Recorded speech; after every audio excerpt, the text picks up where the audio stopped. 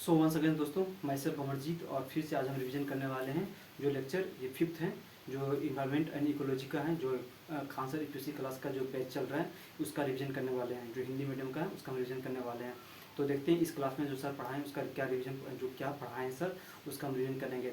अब मेरा हमेशा एक ही मोटिव होता है कि हम क्या मतलब सर को जो पढ़ाएं उसका हम क्या क्या मतलब कितना सा सीख पाए हैं, और सीख कर और हमेशा मेरा सीख कर और वीडियो मतलब पहला की वीडियो बन जाता है और साथ साथ मेरा रिवीजन भी हो जाता है।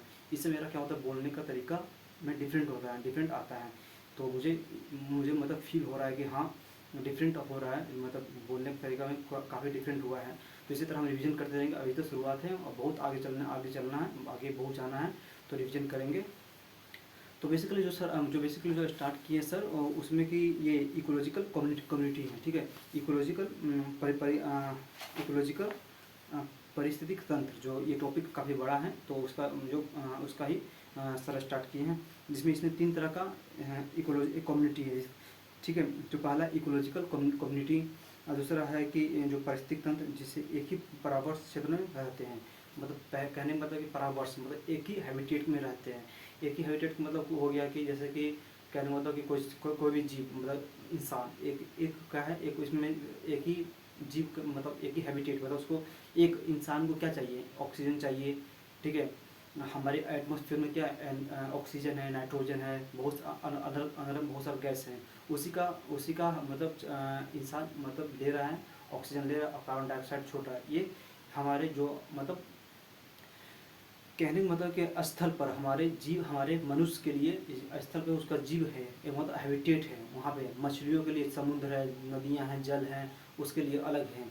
जीव जंतु के लिए जंगल है, वो भी स्थल के लिए, लेकिन जंगल में रहने के लिए उसका वहाँ खाने का सुविधा है, ठीक है। तो हर एक का अपना अपना हैबिटेट होता है, ठीक है। और वही इस समुदाय की प्रभावित करने वाले अजैविक कारक घटक हैं, जैसे कि जैव तथा अजैव के परस्पर संबंध, ऊर्जा का प्रभाव। जैसे कि जैव और अजैव के बीच में एक परस्पर संबंध है। क्या जैव और अजैव के बीच एक मतलब परस्पर संबंध है, जिससे जैव और अजैव, जिससे ऊर्जा का ट्रांसफर हो रहा है। ऊर्जा ना तो हम क्रिएट कर सकते हैं और ना क्रिएट कर सकते हैं और ना ही हम मतलब डिस्ट्रॉय कर सकते हैं। तो कहने का मतलब यही है कि ना ऊर्जा ना बन सकता, ना ये हो सकता है। केवल ये मतलब ट्रांसफर बता रहे थे कि इकोलॉजिकल एनालिसिस की सबसे छोटी किंतु पूर्ण इकाई है जैवमंडल बायोस्फीयर के एक संरचनात्मक और क्रियात्मक होते हैं, जैसे कि घटक जैविक आहार, ऊर्जा प्राप्त करने के पैटर्न का वर्गीकरण है। अजैविक में हो गया महत्वपूर्ण कारकों की सूची हो गया, कारकों की सूची से बता रहे थे, जैसे कि वायु के गैसीय घटक, जल आर्द्रता, दृष्टि जल हो गया, आर्द्रता हो गया, और वृष्टि हो गया। जैसे वृष्टि मतलब रेनफॉल हो गया, जहाँ से पानियाँ गिरती हैं, रेनफॉल, बड़ा बड़ा झीलों से, बड़ा बड़ा पहाड़ों से क्या रेनफॉल हो गया, ठीक है। मतलब रेनफॉल मतलब गिरना, फॉल मतलब क्या होता है, गिरना, ठीक है।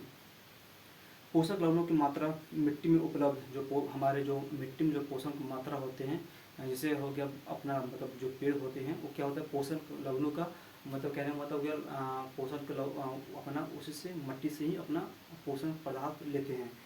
और उसको दूसरा कि सूर्य की किरणें संसाधन के रूप में काम करते हैं, ठीक है। जैसे हमारे पेड़ पौधे, जो पेड़ पौधे हैं वो सूर्य की किरणें क्या संसाधन रूप में उपयोग करते हैं। जैसे फोटो जो हमारे हो गया कि जब सूर्य से जो किरणें आते हैं पेड़ पौधे पे लगते हैं तो पेड़ पौधे क्या होता है, जो पत्ते के थ्रू वो मतलब फोटो सिंथेसिस होता है, उसी के थ्रू अपना खाना बनाते हैं पेड़ पौधे, ठीक है। तो ये हो गया। फिर टेम्परेचर, हर एक चीज़ का टेम्परेचर चाहिए, मतलब तापमान चाहिए, ठीक है।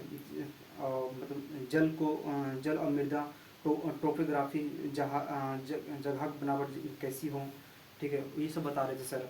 उसके बाद सर बता रहे थे कि हमारे भारत में 6 बिग कैट हैं। 6 बिग कैट मतलब 6 बिग कैट हो गया, जैसे कि कैट मतलब बिल्ली, मतलब बिल्ली का आकार का, मतलब बिल्ली का जो 4 पैरों का है बिल्ली, जैसे कि टाइगर, बाघ हो गया, लायन हो गया, लिपर्ड हो गया, स्नो लिपर्ड हो गया, क्लाउड लिपर्ड हो गया और चीता हो गया। ये क्या है, 6 तरह का कैट है, ठीक है। लिपड, सर बता कितना लोग लिपॉड बोलते हैं, ठीक है, उसको लिपड बोलते हैं। उसके बाद बता रहे थे कि जो हम भारत में जो सर्वाधिक संख्या वाला जानवर क्या है, जो कैट क्या है, जो तेंदुआ है, ठीक है, लिपड है। लिपड मतलब जो तीनों मिला के लिपड, जैसे स्नो लिपड, लिपड और ये क्लाउड लिपड, जो एक नॉर्मल तेंदुआ जहाँ जंगल में रहते हैं उसे लिपड कहते हैं।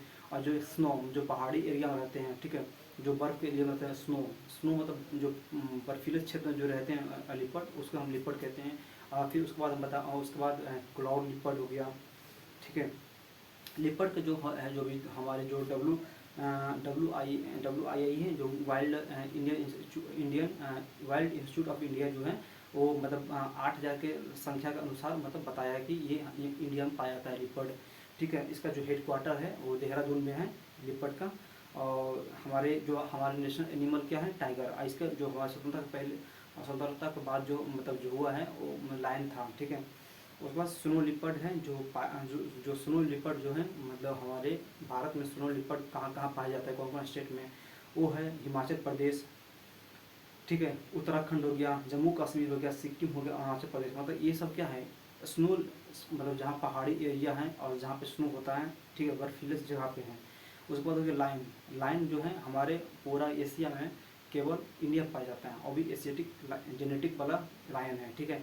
और उसके बाद जैसे हो गया गुजरात में, हो गया गुजरात, केवल पूरा इंडिया में केवल गुजरात में ही लायन पाए जाते हैं, ठीक है। जो हम नेशनल पार्क, गुजरात में नेशनल पार्क में उसमें लायन पाए जाते हैं। फिर क्लाउडेड जो लिपर्ड हैं वो केवल असम में पाए जाते हैं। उसके बाद सर बता रहे थे संसाधन जिसका उपभोग किया जा सकता है, मतलब कोई संसाधन है उसका हम उपभोग कर सकते हैं, ठीक है। सूर्य की किरणें प्रकाश संश्लेषण के लिए, सूर्य की किरणें के लिए ऊर्जा स्रोत है, मतलब जो प्रकाश संश्लेषण के लिए हमारे जो पेड़ पौधे होते हैं वो क्या फोटोसिंथेसिस के थ्रू, मतलब फोटोसिंथेसिस किससे करते हैं, वो मतलब ये सन के जो लाइट होता है उसके थ्रू वो करते हैं, ठीक है।